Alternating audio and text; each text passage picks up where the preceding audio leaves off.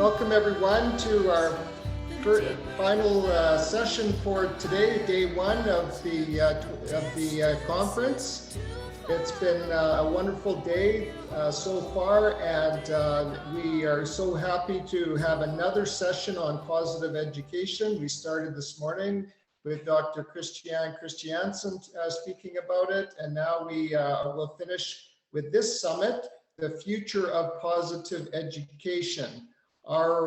This again is a summit. A summit is somewhat different from other types of sessions in that it really emphasizes the exchange of ideas. So it might be a little bit more informal than some of the other sessions. Our organizer for today is Dr. Paul Wong. He's Professor Emeritus of Trent University in Ontario. Our first speaker is Gilda Scarfe. She's a positive psychology expert, education consultant, and international keynote speaker. Our second speaker is Dr. Brendan W. Case. He is the Associate Director for Research at Harvard University's Human Flourishing Program.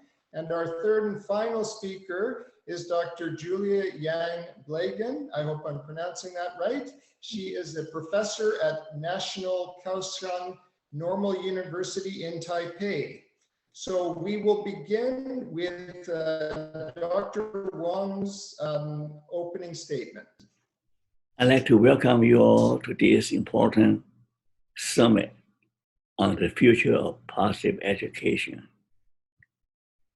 If you are a parent, of course you are concerned about your child's education. Most parents are concerned about their children's future. They want their children to achieve good grade, go to top university, and get good jobs. And in their mind, that is the best gift they can give to their children. But I think Martin Seligman is correct that in addition to academic curriculum, our children also need positive education in order to live a good life. I think the great educator Aristotle said, educating the mind without educating the heart is no education at all. Okay?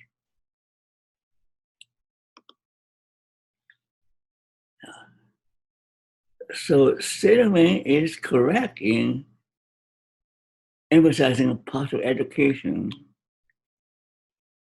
but I do not think that the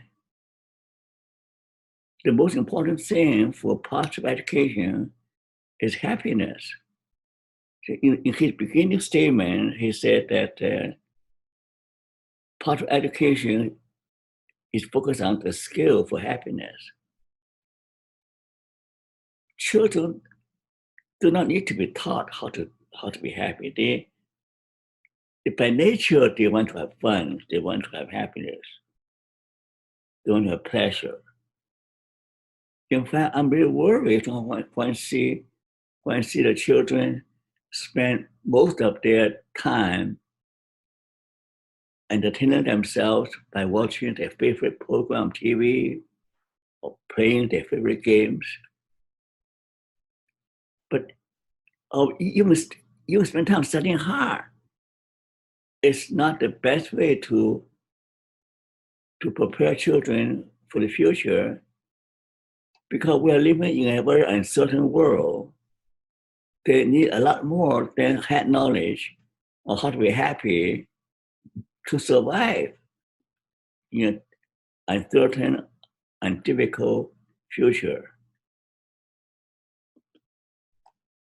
Now here is a picture. The teacher, it's difficult for teacher to be happy in today's environment. It's difficult for anyone to be happy in today's environment. In fact, more research shows that the pursuit of happiness itself can make you unhappy. Because when you focus on yourself, you're bound to be disappointed because often things do not go your way. So I think the whole emphasis on the pursuit of happiness or happiness skills might be counterproductive. Often it results in toxic positivity. That pursuing or practicing happiness makes you more miserable. So later on, Seligman broadened his focus. So now part of education emphasizes positive emotion, engagement, positive relations, meaning, and encouragement. All those are good things. But in and by themselves, they will not work either. Because it's not possible to have positive emotion all the time. Because we all have our unhappy moments. We all have our dark side. So true positivity, you learn how to embrace dark side and still see the light. If to be truly engaged with activity to the point of experiencing the flow. But that requires a lot of practice and a lot of painful discipline. Same thing with past relationship. Do you know, if people say, oh, I'm so happy to be in love, I'm so happy to have fun. If I'm not happy, then we'll break up. See so many divorces. Strong relationship involving forgiveness, gratitude, and kindness, in spite of the pain other people give to you. More recent research showed that the thing that mediate well-being and successful marriages for forgiveness and endurance and kindness. So you want to be happy, I don't have a happy feeling, let's split. That is not only selfish but naive. Same thing with meaning. Most think that, I want to be meaningfully happy. And advertising also use meaning as a slogan. But if you really want to have meaning in life, you have to transcend your ego, transcend your limitation, and willing to sacrifice. Finally, achievement also. You cannot achieve anything without your willingness to fail and to sacrifice. So the whole idea of part education, we need to reimagine and rethink what is possible education. Here, Aristotle again, the rules of education are bitter, but the fruit is sweet. You cannot achieve eudaimonia, you cannot achieve excellence in anything without going through the pain of struggle, of overcoming, of failure. So if our children are not prepared for the hardship of life, or want the fun, they don't have much future. So this is from this statement and from Dr. Scott Peck. Life is difficult. This is the great truth. Anyone who dismisses this truth, expect life to be easy, already lost half the battle before the war started. So we need to change our mindset that positive psychology must involve preparing children for hardship. So one way is they need to know who they really are. They really need to know the bright side, the dark side. They also need to know how to live with the dark side and the bright side. How to have the courage to do the right thing. These are fundamental. Okay?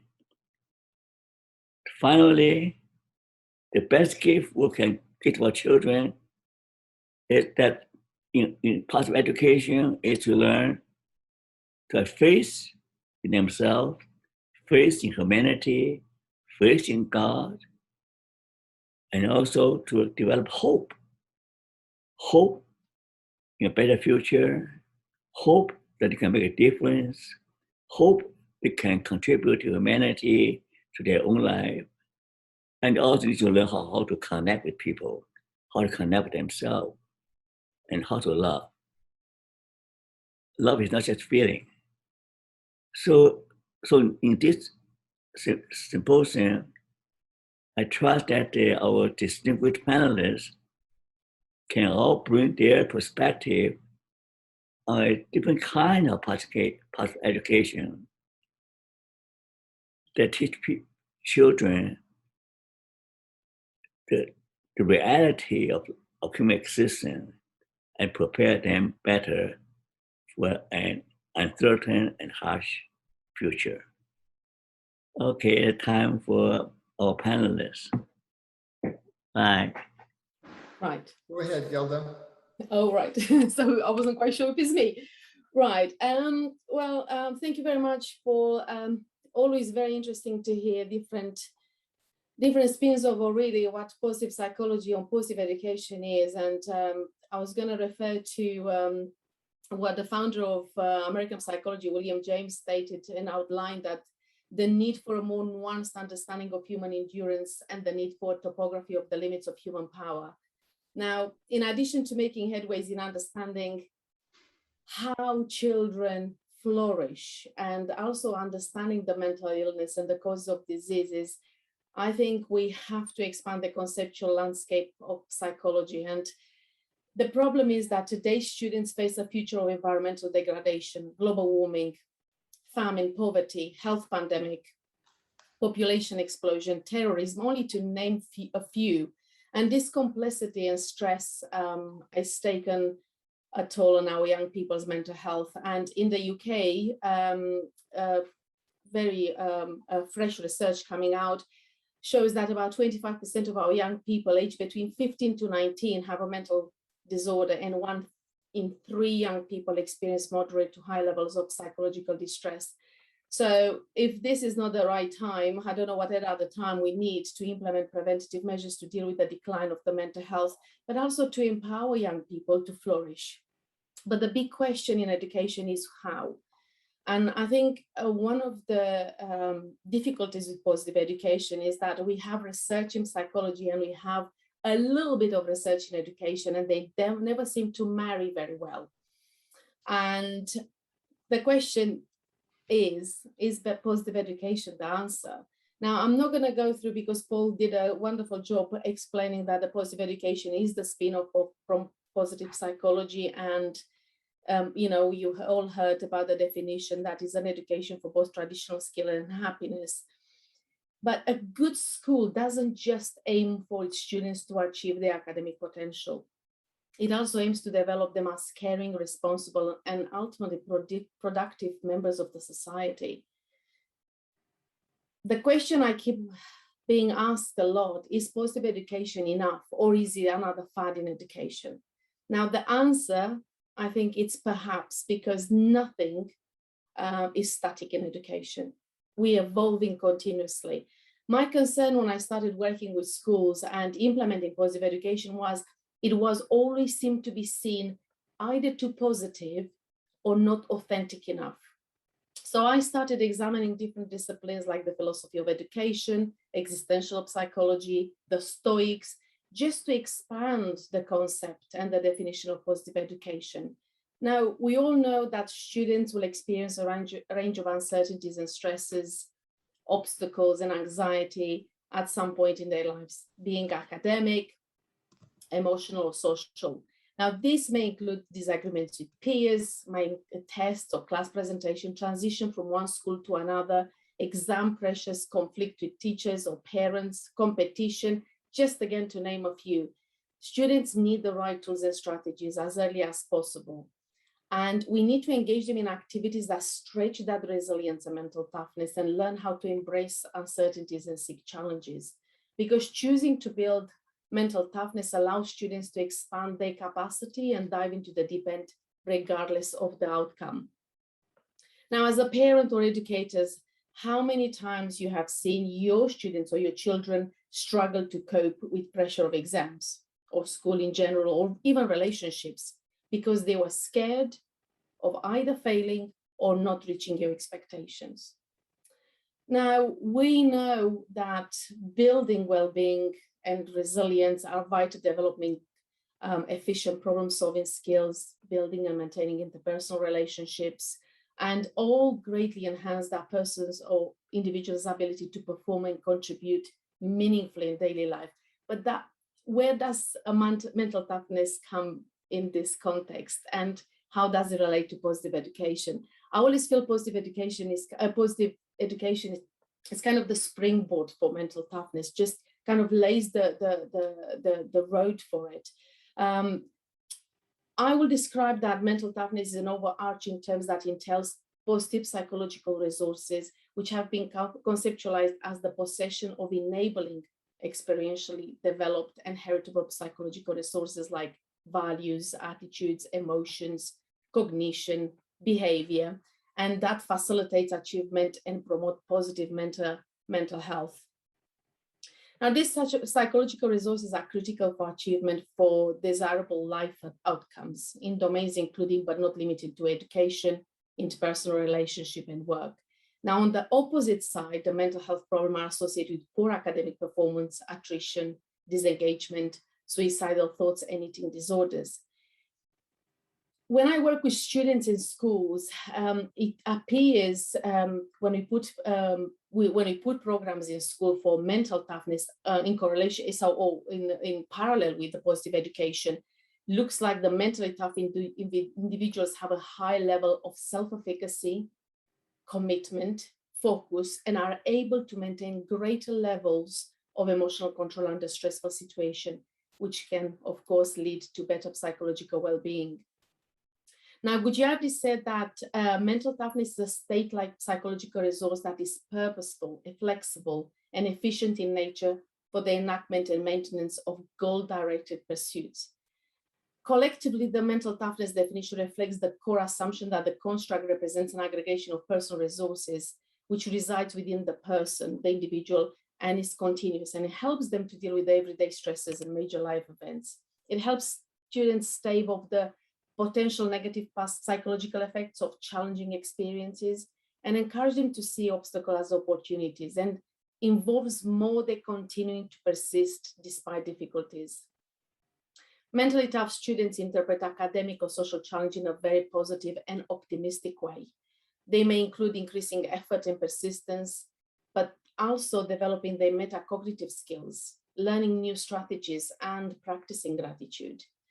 Now, the education system at the moment moves students through the system. They learn some stuff, they pass some tests, they graduate with acceptable repertoire of knowledge and skills, acceptable enough to function, to continue on to college, to survive, more or less. But it's acceptable enough. Should the education system aim for acceptable? And how about building skills which are necessary to navigate life's uncertainties? I felt that a common problem with the positive education program designed to nurture and strengthen character traits or even alter behavior is that the program itself can be seen by the students as inauthentic and irrelevant. There are many cases where a program designed to encourage one type of behavior has the exact opposite effect. And if I recall well, in about 1980s, there was in schools was commonly taught, children were commonly taught the danger of smoking, only to see a huge rise in the number of children smoking. And I think only recently, Frank Dobbin, an anthropologist, and Alexandra Kalev demonstrated through a meta-analysis entitled "Why Doesn't Diversity Training Work?" that hundreds of studies dating back to the 1930s suggest that anti-bias training doesn't reduce bias, alter behavior, or change the workplace. So there are reasons why such training doesn't work, why the most important, some of the most important work of our researchers in psychology or positive psychology or cognitive psychology, it's lacking authenticity and relevance in the classroom. Now, if we were to encourage young people to learn from past failure or to learn how to make failure productive, there is very little point in simply telling them that this is a good tactic to adopt in life without providing the opportunity actually to experience the benefits of productive failure. To support the school in developing the positive behavioral traits in students, we need to take ideas they have learned in the positive education curriculum or mental toughness or resilience curriculum and ensure they're implemented in their routine experience in school life. These require programs of professional development in teacher. We need to upskill the teachers. This may sound simple, but some of the ideas we were asking teachers to implement in their classroom may appear unusual. And most of the feedback which I got from the teachers was like, oh, but that's not my job, or that's not, I don't know how to do this. So definitely the upskilling and the investment in training it's paramount. But furthermore, some of the ideas actually might go against the dominant or the educational orthodoxy and can leave some teachers very unsettled. But with the support of the school leadership, we can encourage most teachers to rethink their own approaches to teaching, their own pedagogy. And I should caution those interested in the work that we have done before, not to underestimate the time and energy needs to be supported, these teachers, in developing those techniques and strategies. And I would like to outline just a couple of strategies which I feel they demonstrate how they differ from the more common places in schools. A common approach found in school is based on the idea that teachers should seek to boost the self-esteem of students. Now, of course, we should not do the opposite of it, but in the efforts to help children feel good about themselves, they have used praise indiscriminately and insisted that all the children are winners. Now, in the schools I work with, the praise is used very wisely. The school philosophy is mainly, we don't praise mediocrity. And found in teachers' guidebook, we created guidebooks for the teachers. It's featured in a regular training of these teachers. Now, in these schools, praise is only given when a student has achieved something they previously could not do. So that increased a bit of a self-awareness, a bit of autonomy from the students, a greater understanding of, if I fail, if I take a task which I'm not necessarily very good at, I know that I can try 10,000 times, but 10,000 in one time, I will succeed. Another common feature of the school is highlighted by Catherine Eccleston, which she's a professor of education at the University of Sheffield in England. And she described the idea that children should not experience anxiety in their schooling.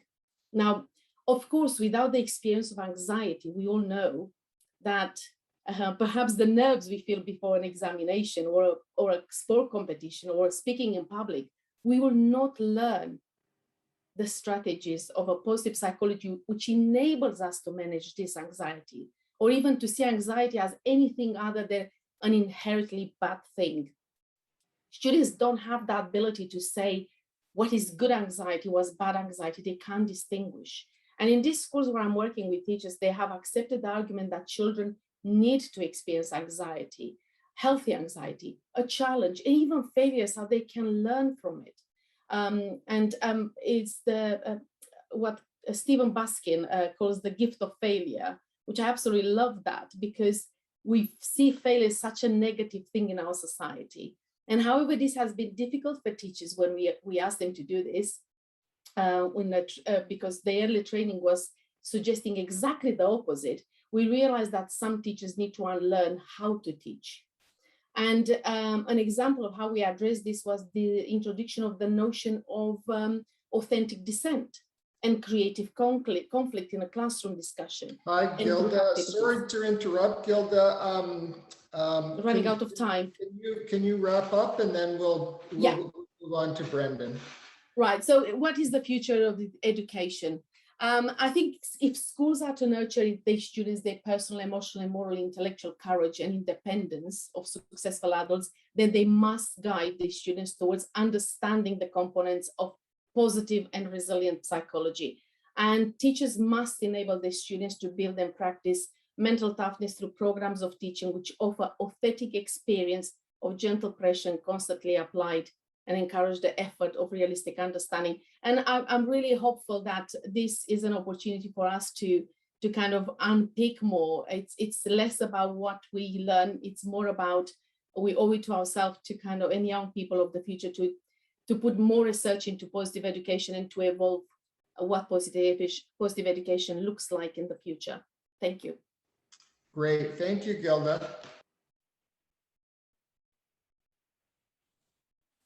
Go ahead, Brendan. Very good. Thanks, Dan. Thank you, Gilda.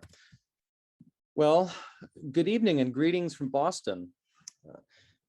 Can everyone hear me okay? You're good? Okay, very good. So my title for this presentation is Moral Exoskeletons for the Mediocre Many, Religious Lessons for Positive Education. I'm honored to be included in this distinguished panel on the future of positive education and want to extend my sincere thanks to Dr. Wong for inviting me. I should caution at the outset, however, that I must speak as a relative outsider to the discipline of positive education and indeed positive psychology as a whole. I'm a Christian theologian by training, and my research interests lie principally in how my own discipline interacts and overlaps with social and moral and cognitive psychology. Tonight, I'd like to bring those interests to bear on one key aim of the positive education movement as I understand it, namely the ambition to help students identify and cultivate character strengths, such as honesty, loyalty, kindness, gratitude, and fairness, among many others. These qualities are not, or at least not principally, morally neutral personality traits, such as morally praiseworthy dispositions to act for the good, what philosophers have traditionally referred to as virtues. Now, I realize that some positive psychologists treat philosophers or theologians, both honesty and wisdom, for instance, are virtues. Now, to count as a virtue, a trait needs to be relatively stable across both time and context. We wouldn't say that someone possessed the virtue of honesty simply on the basis of one act of costly truth-telling, nor would we ascribe that virtue to someone who is consistently truthful in his business dealings, but also consistently duplicitous in his marriage. The key question for positive education, then, is whether this kind of context-invariant disposition to act for the good, virtue, can be taught to most or even many people. As it happens, there are some significant complications in executing this ambition, particularly on a mass scale, as is evident from the mixed results of some interventions inspired by Martin Seligman's PERMA theory, such as the disappointing results from a 2014 controlled trial of the UK Resilience Program, or from the US Army's Comprehensive Soldier Fitness Training Program. The mixed evidence for the effectiveness of these interventions is consistent with a large body of experimental and observational findings, often labeled as psychological situationism, which suggests that most people don't in fact possess any context-independent virtues, or for that matter, vices. Instead, most people's propensities for honesty, generosity, kindness, or the like vary enormously across contexts and are highly sensitive to influence by situational factors, many of them seemingly quite trivial. The experimental findings range from the amusing to the horrifying. One controlled trial found that people were almost twice as likely, 80% compared with 45%, to help a stranger if they had just emerged from a bathroom than if they were walking down a hallway. While another found that people were much less likely to help a stranger if they had just seen a computer screensaver of dollar bills floating in water. Both of these are examples of the priming effect. The compromising setting of the bathroom seems to subtly shame us into being accommodating, while the sight of money subtly provokes an attitude of assertive self-interest. Other findings strike a darker tone. In his book, The Character Gap, the philosopher Christian Miller surveys the experimental and observational evidence that substantial majorities of college students, 60 to 80%, depending on the survey, cheat at least a little on tests when given the opportunity. He also discusses experimental findings which suggest that apparently anodyne environmental factors, forcing the test taker to sign a copy of the honor code immediately beforehand, or even just seating him in front of a mirror, reduce cheating by as much as 90%. The darkest and most famous of the situationist experiments in psychology were conducted in the 1960s by Stanley Milgram, who found that nearly all of his test subjects could be pressured by an authority figure into administering what they believed to be painful electric shocks to a total stranger, and that 65% were willing even to administer a deadly 450-volt shock. Most of us are in fact far less able to resist the influence of even obviously misguided or evil authorities than we probably flatter ourselves to be. In short, a great deal of research, much of it replicated and with large effect sizes, suggests that most people's propensities for kindness, honesty, indifference, or even cruelty seem to be highly context dependent, rather than principally or even largely the product of stable virtues or vices, which are active across contexts. This doesn't necessarily rule out the idea that many people possess, say, weak virtues or vices, in the sense of traits which explain a relatively small proportion of the variance in their behavior across contexts. Nonetheless, the principal findings of situationism seem to me to be well established. I suspect we'd all agree that someone who's honest when there's a mirror present during a test, but dishonest when there's no mirror, doesn't possess the virtue of honesty. And this odd mixture of traits seems to be typical of most of us. I should stress, however, that this sensitivity of our actions to situations needn't be taken to imply a crude behaviorism in which actions are mechanically elicited by environments. Rather, situational influences are usually indirect, mediated largely by unconscious beliefs and desires which are aroused by subtle environmental cues. Situationist psychologists thus typically have a robust theory of the intuitive, unconscious mind, Jonathan Haidt's Elephant or Daniel Kahneman's System 1, as anticipating, shaping, and often biasing the work of its slower conscious counterpart, Haidt's Rider, Kahneman's System 2. The findings of situationism are counterintuitive. If you're like me, you're probably eager to take full conscious credit for your noble actions in particular, but they aren't particularly surprising from the standpoint of many theological or philosophical traditions. St. Paul, for instance, was quite clear about humanity's general moral impotence. There is none righteous, no, not one, he writes in Romans 3. As Christian Miller suggests, the Christian can consistently hold, for various reasons such as personal sin, original sin, the fall, the devil and his minions, that most people, including most Christians, do not live up to the standards of being even weakly virtuous. And this is not necessarily a uniquely Christian perspective either. The findings of situationism are also arguably consistent with the Buddha's teaching and the second noble truth that we suffer because of our insatiable cravings, tanha, for perishable things.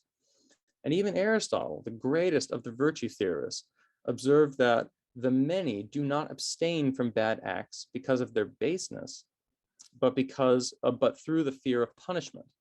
In his important book, Aristotle on the Virtues, historian of philosophy Howard Kurzer comments that for Aristotle, the category of the many includes not only children, but also the majority of adults, for these adults, in his view, are morally childish. The evidence for psychological situationism we've considered so far might suggest that environmental influences on human behavior are virtually all fleeting and contingent, a shifting tide of impressions which sweep across the unconscious. This impression, however, would be misleading, for there are many environments which do in fact shape human behavior in stable and generally pro-social ways. One of the most important of these are religious communities. As large as the literature supporting situationism is, there is an equally large literature documenting the manifold effects on human flourishing of participation in religious communities. And I'm proud to say that our researchers at HFH have contributed a great deal to that literature in the past 5 years.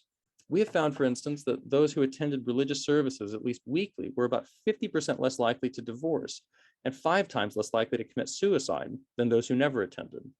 We've also found that adolescents who attend services regularly were 87% more likely to be highly forgiving and had a 33% lower risk of illegal drug use and a 40% lower risk of contracting an STD compared to never attenders. In the character gap, Miller discusses a number of related findings, including that domestic violence is 48.7% higher among male survey participants who do not attend church, as opposed to men who attend religious services once a week or more, while charitable giving is about 3.5 times higher among regular attenders than never attenders. What's striking about all of these examples, which could be multiplied ad nauseum, is that they show that participation in religious communities seems to reliably produce the kind of behaviors which we are all inclined to ascribe to the virtues or character strengths. Religious participation seems to incline people to more consistently display generosity, forgiveness, gentleness, and prudence. Possessing a virtue is its own reward, of course, but consistent patterns of action in accord with the good are one of the virtue's most important consequences. But how Sorry, Brendan, can you wrap up in a minute or two, please? Oh, yeah, sure, I can. I'm sorry, I've obviously written a presentation that's too long. I do apologize. Well, okay, so just briefly, let me just cut to the last page, so to speak, of the paper. So what I want to suggest, I suppose, is that these two bodies of evidence that I've just considered seem like their intention, but they only seem that way because of our intuition, or at least my sort of instinctive intuition, that religious communities affect people's behavior by way of changing their character, in the sense of implanting virtues in them. And one possible way of resolving the apparent tension between these two bodies of evidence, situationism in psychology and the evidence from a sociology of religion, is that religious communities might actually act, at least in large part, on their participants by way of the priming effect that I've just described as such an important factor in cognitive psychological findings. So there's another interesting body of literature which I was going to go on to talk about the way in which God primes, as they're called by psychologists, affect a human behavior in a whole variety of ways, so eliciting more generous or just responses in multiplayer psychological games. And in any case, I suppose the suggestion I wanted to end with in the presentation is that we might consider that if the prospects for inculcating the virtues in large numbers of people are somewhat dim, and I incline to skepticism myself in this regard, that positive education might consider taking a leaf out of the demonstrably successful track record of religious communities and in relying instead more heavily on a crowded field of priming effects of various kinds. And so there are, I could give more examples, but I probably shouldn't at the moment. I'll see. I'm happy to see the field, and maybe we could pursue this more during the discussion. Okay, thank you, Brendan, and take it away, Julia. Thank you. Need to give me the right to share the desktop. So thank you. Not yet. Well, I'm very humbled by your talk, Brendan, and your experience, Gilda. Yeah, so I hope this one, I thought at the end of the day, I give people a little entertainment, but maybe too much. But anyway, let me try this. I'm the most disqualified person to speak to this topic called the future of positive education, because I dismissed positive psychology in 2004-5-ish when I was working on my book called The Psychology of Courage. Courage is never a character trait. Courage is a verb. Likewise, we like to call God and love a verb. And so, but I love Paul greatly. I would not disappoint Paul. So let me be a clown for a little bit. What do you hear from Trump at this moment? And when I saw this picture last year, I knew something big was to happen. But I thought I heard he was saying, why should I love my neighbor? And others supposedly would have interpreted that, oh, what a pampered child. but not without great crises. So, but anyway, you could tell from my tone that I might be a little angry at this guy. But given the topic that I'm to pursue here, if you might use your cell phone to approach this QR code, there's an article that I wrote per Paul's encouragement to reconcile the difference between Frankl and Adler. So that's on Paul's website. And Adler is for peace, not for competition. So I gave myself the two premises as to fulfill for today, but I don't think I can cover all that I had, that had come through my mind. So what does it take for us to have and cultivate social feeling?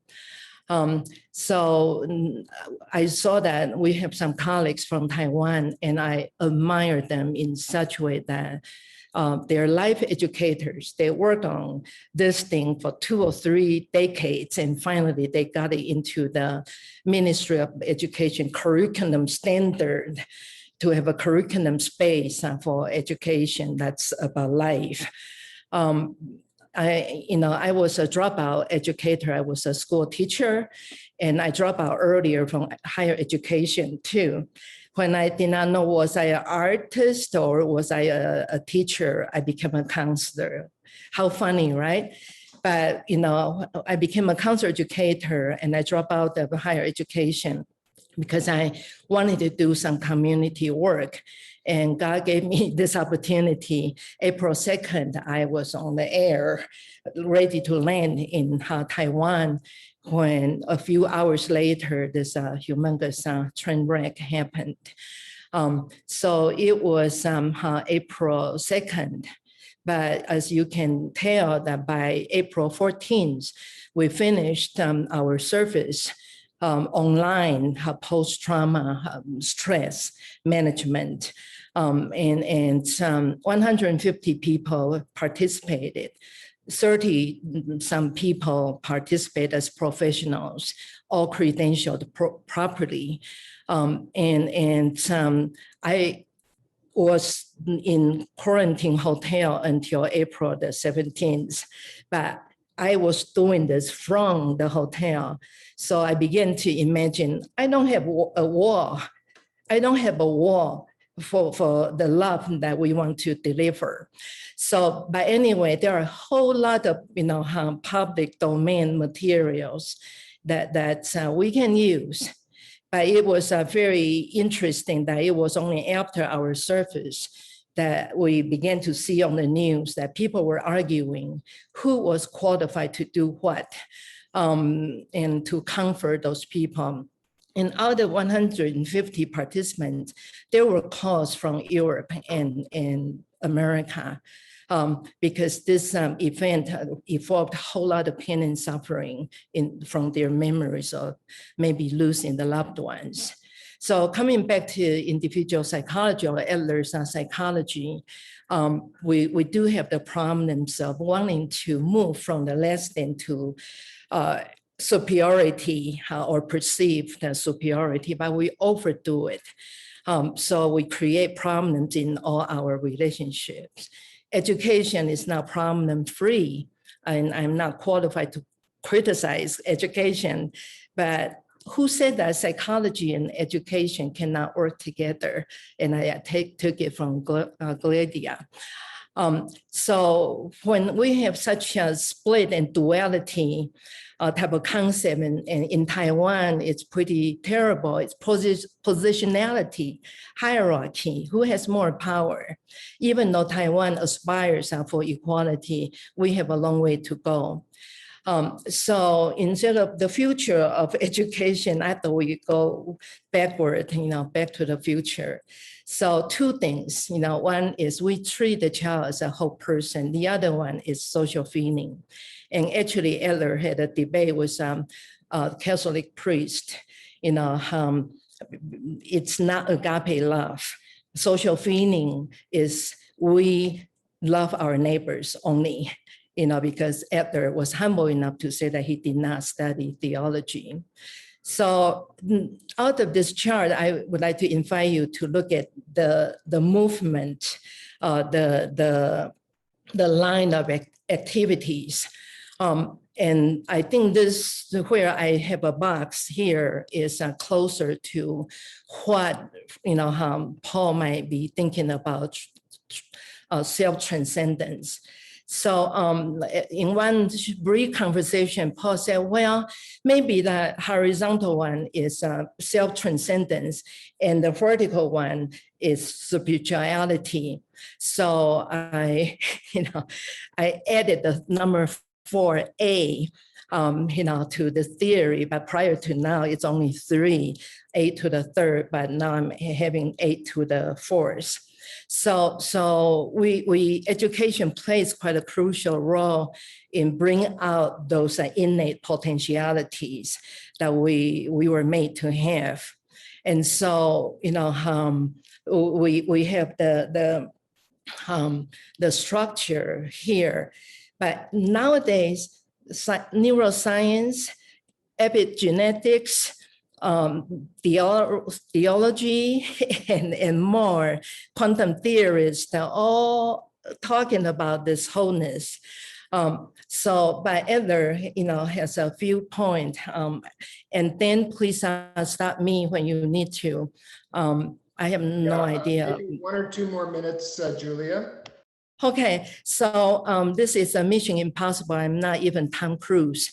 So, but anyway, this is what we need to be focused on about the interaction between the environment and so there's no subjectivity and objectivity per se, but wholeness that we need to concern ourselves about. Throughout the day, I took notes of all the speakers. And what you have to contribute is this chart that I drew, this stick figure that you're to help this child become a whole person, not to have disconnected syndromes. So I'm gonna move a little faster here. So I came to United States when I was 1983. Now looking back, I think what I was exposed to in counseling and psychology was too much on self-esteem. And too little on critical thinking and reflection. And I know self-transcendence and transformation to Paul is self-reflection, self-awareness, determinism, and there in psychology we'll probably call it choice and responsibility. And then I took note here, I hope to find it, self-transcendence. So self-transcendence is to move away from me. So here we have David Hawkins, who was psychiatrist, who said that live your life like a prayer, move up by choice, choose love because love heals. And we combine those two together. Self-transcendence is about the courage to heal. It's not about the trauma itself. It's about how we take in the trauma and how we decide to respond. And when we respond in style. So here is a style talk. And so Adler would have said that there is mistaken meaning making. And our response in education and training is this. This is probably the most important chart I'd like to show today. We can't train the teachers, we can train the parents, how the physician can be an educator, therapeutic education, so forth. There are individual education schools around the world. So this is something what we did for 3 years, working with 12,000 people. But anyway, the light brown, not the bright brown, the light greenish brown is the interracial kids in Taiwan. They were low, but they become higher with what I just did, the 4C training. So the pandemic and I still have the 4C stuff, continue going. But fundamentally, individual psychology takes on the first word, every person is indivisible. We're one unit. What are we talking about in terms of sorry, duality? Julia, I'm going to have to interrupt you there. Yeah, this is my email for PowerPoint and references. Thank you. And Okay. those are my cats. Yeah, Thank you. Sorry about that. that's okay. It's time. I'm going to reintroduce Paul as the discussant for our summit, and so without further ado, go ahead, Paul. Okay, Gökmen is supposed to be a discussant, but for some reason he could not be here. So I just want to say a few words to wrap it up. So we can see here that we all have different perspective on how to provide the best education for children. Okay? So I come from a theology background, so I can understand Brandon. Okay? I'm also a counseling psychologist. I'm an educator, so I can relate to everybody. I think as parents, as teachers, we're all concerned about the next generation. The question we should ask ourselves, how is the best way to prepare our children to face an uncertain and difficult future? Because today's job might not exist tomorrow. And they have to be able to be creative. And the old-fashioned way, I just talk to another client and say, oh, my plan for my child is the private school, the best university, and get to be professional. I think it's old-fashioned, I say. I say that the old way of thinking, the best education, the best job, help the child to develop the best they can, to make contribution. There's some, the situationism versus absolutism, nature debate, it never ends. But the word education means that we can do something as parents, as educators, we can cultivate certain traits, certain virtues that enable them to survive chaos, trauma, and to develop their best potential. That, it's unfortunate that I use the word positive education because I live long enough to know that when it comes to character education and religious education, or whatever we call it.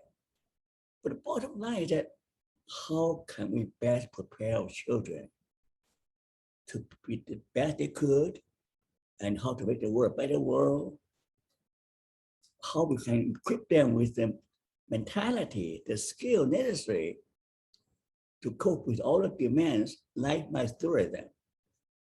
So we can forget about doing school, doing perspective. That to me is what is positive, is how to bring out the best potential and give them the most adaptive skill according to science to cope with changes and difficulties and rise above it. Another idea that I have is that forget about this person as isolated, closed and skin, because we are much bigger than just a concrete entity. We're part of humanity, part of God's creation. What a good idea that the education is just about you. Well-being is not just about you. The pandemic has taught us that it's about all of us. If one country has no vaccination, it will affect the whole wide world. If one family, if one person in a community refuse to be vaccinated, carry virus, it can affect many people. So we need to have a new mindset, not just me, that we are all rivers flowing to the same ocean. That what you do for other people. So stop about me. That's why I made that word my vision about public psychology is less about ego, more about others, and more about God. And so I think that this is my bias summary. I don't know. So any comment among the panelists? Hi, Paul. I think you're absolutely right. I think we need to move on from the me all the time and just look outside. And I think one of the, the experiences which I have with education is that educators feel very isolated from psychology, and they try. So when you bring something from psychology, they kind of put a wall and they say, no, it's not for me. So I think we need to really close that gap between psychology and education research, to be able for teachers to actually understand what does it mean to look after one child, holistically. How can we empower young people to flourish and give them the right competencies to navigate life challenges? Because that's all it is about, picking yourself up when you are really at the bottom. And you will go through the bottom, because we all do. That's what life is. And young people these days don't have those skill set yet very well developed. Oh, we can't hear you. Parents' education. Parents' education, teacher education, to my idea, is not just knowledge. Yeah. As a teacher, you model how to be a human being. As a parent, you model how to be a decent human being. I have two kinds of clients. We all know about this aversive childhood experience. So many of my clients were damaged by their parents, abusive and domineering, controlling. The other kind of my clients are crippled by their parents, so spoiling. They're spoiled brats. There's no willpower, no courage to make decisions. Some of my clients, Chinese clients, rich Chinese, they have to hire people to help them to go out. They're so afraid to go out there themselves. They hire people to cook for them. They can't do anything. They're not human being anymore. How be a human being? Every day you play game, the parents feed you, parents support you. There's one guy have two or three sports cars, and he's so bored with life, he had to pay money to kidnap him in Canada. They're bored to death, but there's no meaning, no identity, no purpose. All the time enjoy. How you survive? Shame on those parents. So that's why for education is really, I see those young people can't do anything, sit home. It is. It is very. Some people waste their lives. So it's an urgent matter. I don't care how you call it. Yeah. So I'm going to ask Brendan for any final comments, and then Julia. Yeah, can you hear me okay? I have a window unit AC in the background, so I don't want it to be too noisy. I won't talk very long, but we can hear you. Yeah, good. Well, no, thank you, Paul, for those comments, and I certainly appreciate them. I guess one thought I would want to leave with is the part of the title of the talk. What I chose for my talk is that it had included the expression moral exoskeletons, which is a bit of a strange phrase. It's from Jonathan Haidt from his book The Righteous Mind, which I think is just about a perfect description of what religions provide in general for people. And it's a lovely, what he means is that what they provide is this sort of encompassing way of life. This is why they're so effective in shaping behavior. They don't just provide instruction, they do provide that, but they reinforce it in 1,000 ways daily, in symbols that we wear on our bodies, and practices that are embedded in our daily routines, in the friends we make, the foods we eat in some cases, right? And so and I think that really, to me, is what sets religious communities in general apart from educational institutions, is this challenge of, and this is what I really meant by the priming effect. Every time I see a cross, for instance, as a Christian, that's a symbol which is just loaded with significance for me, which a lot of it is activated way below my conscious awareness even, And so I think that education will become more successful, in schooling, if it's able to take on board that richer dimension of human personality and motivation and behavior, which I just think in general, education today tends to fly way above 30,000 feet above that stuff, and it turns out that's actually really what makes a difference, in human life. So that's sort of what I would commend, I suppose, to educators. And not speaking as a theologian myself and not a teacher, I recognize you have to do the work of translating, but that seems like a promising approach to me. Great, thank you, Brendan. And Julia? I thought Jesus Christ was a great teacher by his actions.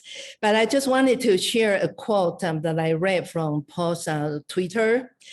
When I let go of what I am, I become what I might be. And I think Paul quoted Lao Tzu, the Taoist, the frontier, and that's 2,600 years of time before. And the Zen master I quoted in my PowerPoint, by studying the Sutra of Diamond Sutra, it says reality is a steadily flowing stream. And I think we contribute to that reality as time rolls onward. And we're, so I just wanted to thank you for all, for allowing me to have an opportunity to participate as a non-positive educator. Thank you. Yeah. Okay, well, thank you, Julia, and thank you to our other panelists, Gilda and Brendan. And thank you, Paul, for being the discussant for this summit. And that wraps up day one of our meeting conference, and we'll see you all tomorrow morning at 7:30. Thank you very much, everyone. Thank you, Paul. Now, this is the first time I see you. It is. And I hope to see you again soon. Ciao, and Brendan, and what's your name? Julia. How to pronounce your name? And I might explain it before. How to pronounce your first name? Gilda. Oh. Gilda, Julia? Don't know which one are you looking for. So nice meeting you. Good to see you. A psychiatrist, a patient taught us to clap online like this. So we will not wake up our family. Thank you. Bye-bye. Bye-bye. Okay. Thank you. Bye-bye. Brilliant. Thank you. 'Cause I'm made of stardust and my soul can reach beyond the stars. The deeper the valley, the higher the mountain. No distance is too far when you're holding on to hope. Sing me a sad song over and over. I'll be alright by and by. Let me be consumed in a love divine to find where the treasure lies. I want to hear that small voice whisper to my forgotten soul. They say it's never too late to start again. What breaks your heart will make